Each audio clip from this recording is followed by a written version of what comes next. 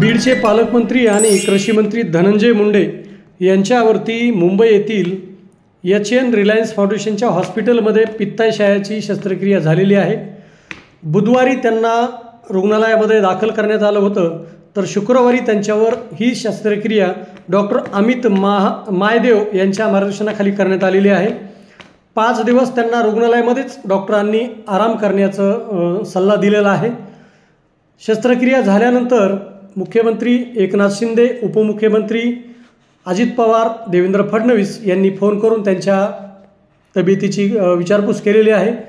त्याबरोबरच भाजपच्या नेत्या आमदार पंकजा मुंडे आणि बीडच्या माजी खासदार डॉक्टर प्रीतमताई मुंडे यांनी रुग्णालयामध्ये जाऊन धनंजय मुंडे यांच्या तब्येतीची काळजी किंवा विचारपूस केलेली आहे, त्यांची भेट घेतलेली आहे। यावेळी बऱ्याच वेळ त्या रुग्णालयामध्ये दोन्ही बहिणी मुंडे बहिणी होत्या।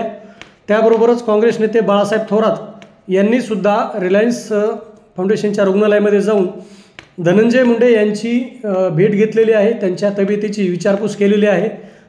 थोरात हे सुद्धा बऱ्याच वेळ रुग्णालयामध्ये थांबले होते।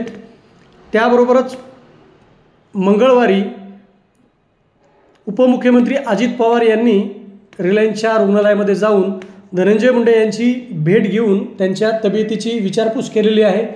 अजितदादा पवार हे बऱ्याच वेळ रुग्णालयामध्ये थांबले होते, त्यांनी वास्तविकपणे धनंजय मुंडे यांच्या तब्येतीची विचारपूस केलेली आहे। बऱ्याच वेळ दोघांमध्ये चर्चा झालेली आहे।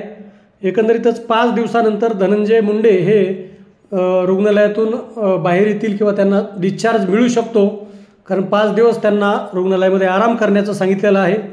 पित्ताशयाची शस्त्रक्रिया त्यांच्यावर यशस्वीरित्या झालेली आहे।